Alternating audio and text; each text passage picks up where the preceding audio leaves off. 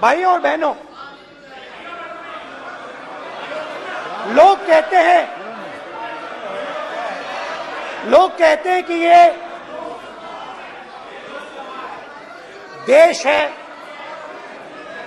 कोई कहता है ये अलग अलग भाषाएं हैं, कोई कहता है ये जमीन है, मिट्टी है, कोई कहता है ये धर्म है, ये सोना है, ये चांदी है। मगर भाइयों और बहनों, सच्चाई है कि ये देश एक आवाज है। ये देश सिर्फ एक आवाज है। ये देश इस देश की लोगों की आवाज है। इस देश के लोगों का दर्द है, दुख है, कठिनाइयां हैं। और अगर हमें इस आवाज को सुनना है तो हमारे दिल में जो अहंकार है, हमारे जो डिजायर्स हैं, हमारे जो सपने हैं, उनको हमें परे करना पड़ेगा। जब हम अपने सपनों को परे करते हैं तब हमें हिंदुस्तान की आवाज सुनाई देती है, तब तक हिंदुस्तान की आवाज हमें नहीं सुनाई देती। अब आप कहोगे ये बात मैंने नॉन कॉन्फिडेंस मोशन में क्यों रखी? इसका क्या मतलब है कि भारत एक आवाज है, भारत लोगों का दुख है, भारत लोगों का कष्ट है, मुश्किलें हैं। क्योंकि भाइयों और बहनों,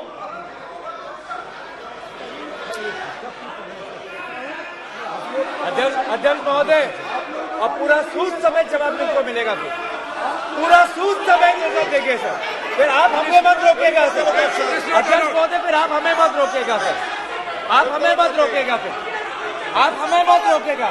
आप हमें मत रोकेगा। फिर आप हमको मत रोकेगा सर। हम सब देख रहे हैं, सब सुन रहे हैं, आप हमको फिर मत रोकेगा सर। तो स्पीकर सर, भारत एक आवाज है। भारत इस देश के सब लोगों की आवाज है। और अगर हम उस आवाज को सुनना चाहते हैं, हमें अहंकार को, नफरत को मिटाना पड़ेगा। स्पीकर सर, कुछ ही दिन पहले मैं मणिपुर गया। हमारे प्रधानमंत्री नहीं गए, आज तक नहीं गए, क्योंकि उनके लिए मणिपुर हिंदुस्तान नहीं है।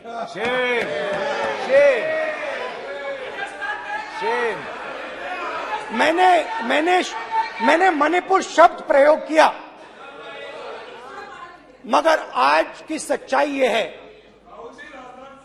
कि मणिपुर नहीं बचा है। मणिपुर को आपने दो भाग में कर दिया है। मणिपुर को आपने बांट दिया है, तोड़ दिया है। मैं मणिपुर में रिलीफ कैंप्स में गया। रिलीफ कैंप में आज जा रहा हूं।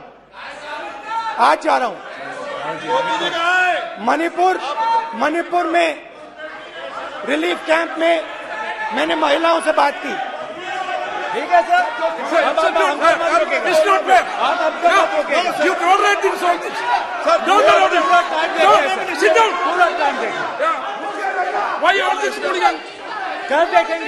कल देखेंगे।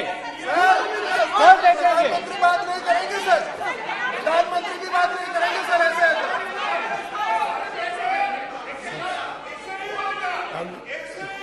सूद समय मैं मणिपुर गया और मणिपुर के कैंप्स में मैंने महिलाओं से बात की, बच्चों से बात की, जो हमारे प्रधानमंत्री जी ने आज तक नहीं किया। एक महिला मुझे कहती है, मैंने उनसे पूछा, बहन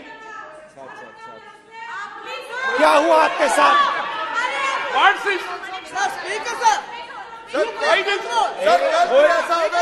एक मंत्री बोल रहे हैं, एक मंत्री खड़े होके बोल रहे हैं। एक एक मंत्री खड़े होके ऐसे कर रहे हैं। एक एक मंत्री खड़े होंगे तो पूरे सांसद खड़े होंगे यहाँ पे, पूरे सांसद खड़े होंगे यहाँ पे। बैठे नहीं है चुपचाप करिए, पूरे सब खड़े होंगे, पूरे सब खड़े होंगे। कल कांग्रेस पार्टी ने पूरा देश खड़ा होगा आपके खिलाफ, तो पूरा देश कल आपके खिलाफ खड़ा होगा। मैं बहुत सारी महिलाओं से बात किया, मगर मैं आपको दो उदाहरण देना चाहता हूं। एक महिला मुझे कहती है, मैंने कहा क्या हुआ तुम्हारे साथ? कहती है मेरा छोटा सा बेटा, महिला का सम्मान करें प्लीज, ये सम्मान। एक ही बच्चा था मेरा, कोई शर्म कर लो गल मारी। एक ही बच्चा था मेरा, मेरे सामने, मेरे आंखों के सामने उसको गोली मारी है। मैं पूरी रात, आप सोचिए,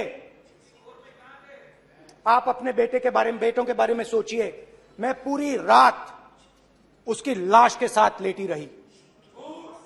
झूठ नहीं, झूठ आप बोलते हो, झूठ मैं नहीं बोलता हूं। मैं पूरी रात उसकी लाश के साथ लेटी रही और फिर मुझे डर लगा, मैंने अपना घर छोड़ दिया, जो भी मेरे पास था वो मैंने छोड़ दिया। मैंने उनसे पूछा कुछ तो लाई होगी? कहती है नहीं, सिर्फ मेरे जो कपड़े हैं ये मेरे पास हैं। और फिर इधर उधर ढूंढती है और एक फोटो निकालती है और मुझे कहती है यही मेरे पास अब बची है।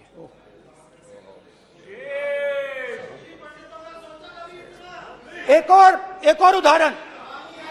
और उदाहरण, दूसरे कैंप में मैं, एक महिला मेरे सामने आती है, मैं उससे पूछता हूं तुम्हारे साथ क्या हुआ? क्या हुआ तुम्हारे साथ? और जैसे ही मैंने ये सवाल पूछा,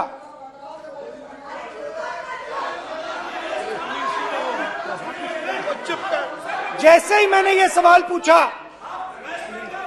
आप महिला का दर्द नहीं सुन सकते, महिला का दर्द नहीं सुन सकते, महिला का दर्द सुनने का आपका धैर्य नहीं है, महिला का दर्द नहीं सुन सकते, महिला का दर्द नहीं सुन सकते। जैसे ही मैंने उससे ये सवाल पूछा, बैठो, जैसे सर, जी सर, आप बोलिए, शर्म करिए, शर्म करिए। जैसे ही मैंने उससे सवाल पूछा तुम्हारे साथ क्या हुआ, शर्म नहीं है तेरे को? वैसे ही एक सेकंड में वो कांपने लगी। उसने अपने दिमाग में वो दृश्य देखा और वो बेहोश हो गई। मेरे सामने कांपती हुई बेहोश हो गई। तो ये मैंने आपको सिर्फ दो उदाहरण दिए हैं। स्पीकर सर, इन्होंने मणिपुर में हिंदुस्तान की है, सिर्फ मणिपुर की नहीं, हिंदुस्तान है। इनकी राजनीति ने मणिपुर को नहीं, हिंदुस्तान को मणिपुर में मारा है। हिंदुस्तान का मणिपुर में।